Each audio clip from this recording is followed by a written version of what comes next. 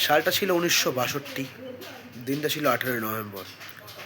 ভারতের ইতিহাসে এবং ভারতীয় সেনার এক হাড় হিম করা কাহিনী, ভুতুড়ে প্লাস নিজের দেশভক্তি এবং দেশ রক্ষা।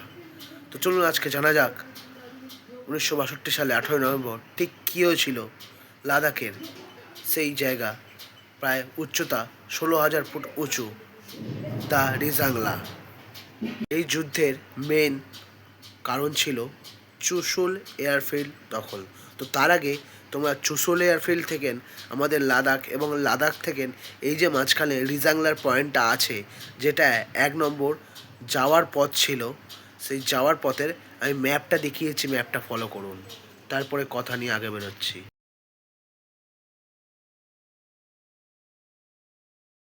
লাদাখের রেজাংলায় তখন হাড় হিম করা ঠান্ডা, তাপমাত্রা -30°C। সেখানে পাহারায় আছে ভারতীয় সেনাবাহিনীর 13 কুমায়ুন রেজিমেন্টের চার্লি কোম্পানি। নেতৃত্বে আছেন মেজর শয়তান সিং। মোট সৈন্য সংখ্যা মাত্র 120 জন। তাদের পরনে নেই পর্যাপ্ত গরম কাপড়, নেই কোনো আর্টিলারি বা কামানের সাপোর্ট, কারণ পাহাড়ের আড়ালে থাকায় 16,000 ফিট উচ্চতার কারণে ভারতীয় গোলন্দাজ বাহিনী তাদের সাহায্য করতে পারছিল না। ভোর 4টে কনকনে শীতে জমে যাওয়া নিস্তব্ধতা ভেঙে হঠাৎ চীনা বাহিনী আক্রমণ শুরু করলো। তারা সংখ্যা ছিল প্রায় 5,000 জন।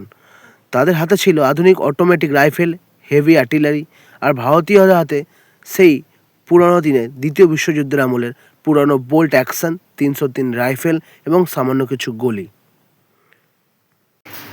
চীনা সেনারা হয়তো ভেবেছিল এই জয়টা আমাদের কাছে খুব সামান্য হবে, তবে ভারতীয় সেনাবাহিনীর কাছে এই জয়টা খুব সামান্য বলেও ছেড়ে দেওয়া যায়নি। তারা 120 জন যখন সেই পাহাড়ের উপর থেকে দাদা কিষাণজিৎ যায় বলে চিৎকার করলেন, তখন সমগ্র পাহাড় কেঁপে গেছিল তাদের আত্মচিৎকারে, এবং শুরু হলো এক মহাযুদ্ধ। তাদের নিখুঁত নিশানায় চীনের প্রথম ঢেউ বাংকারগুলোর সামনে মুখ থুবড়ে পড়ল। চীনারা পিছু হটল, কিন্তু হাল ছাড়ল না। এবার তারা শুরু করলো প্রচণ্ড সেলিং। চীনা কামানের গোলায় ভারতীয়দের কাঁচা বাংকারগুলো উড়ে যেতে লাগলো। মেজর শয়তান সিং বুঝলেন আজ আর কেউ বাঁচব না। তিনি তার জওয়ানদের উদ্দেশ্যে রেডিওতে বললেন, পরিস্থিতি খুব খারাপ, তোমরা চাইলে পিছু হটতে পারো, কিন্তু আমি 1 ইঞ্চও সরব না। জওয়ানরা সমস্যার উত্তর দিল, স্যার আমরা মরব, কিন্তু মরার আগে আমাদের পোস্ট ছাড়ব না। শুরু হলো এক অসম এবং ভয়াবহ যুদ্ধ। মেজর শয়তান সিং এক পোস্ট থেকে আরেক পোস্টে দৌড়ে বেড়াচ্ছেন, জওয়ানদের উৎসাহ দিচ্ছেন এবং নিজেই গুলি চালাচ্ছেন। প্রথমে তার এক হাতে গুলি লাগলো, তিনি সেটা গ্রাহ্য করলেন না। এরপর পেটে মেশিন গানের বাস্ফোট এসে লাগলো, রক্তে ভেসে যাচ্ছে শরীর, তবু তিনি থামেননি। তিনি তার জওয়ানকে বললেন তাকে একটি বড় পাথরের আলে বসিয়ে দিতে হয় এবং তার হাতে রাইফেলটি দিয়ে যেতে, যাতে তিনি শেষ মুহূর্ত পর্যন্ত ফায়ার করতে পারেন। ধীরে ধীরে গুলির রসদ শেষ হয়ে গেল, কিন্তু যুদ্ধ থামলো না। ভারতীয় জওয়ানরা ট্রেঞ্চ থেকে বেরিয়ে এলো, শুরু হলো হাতাহাতি লড়াই। তারা বেয়নেট থেকে শুরু করে রাইফেলের কুঁদো দিয়ে খালি হাতে যেভাবে হোক চীনা সেনাদের উপর ঝাঁপিয়ে পড়ল। যুদ্ধ একসময় চলতে চলতে এক ভয়াবহ রক্তবন্যার রূপ ধারণ করে নেয়। যুদ্ধবিরতি ঘোষণা হলো। রেজাল্লা পাস তখন অতি তুষার বর্ষণ। ঠিক তার কিছুদিন পর 1963 সাল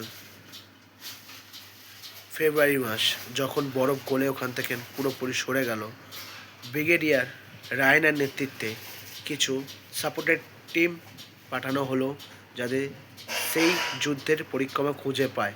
অনেকেই জানতো এরা হয়তো ভয়ে বা আত্মহত্যা করে মারা গেছে, কিন্তু আসল ঘটনা তো এখান থেকেই স্টার্ট।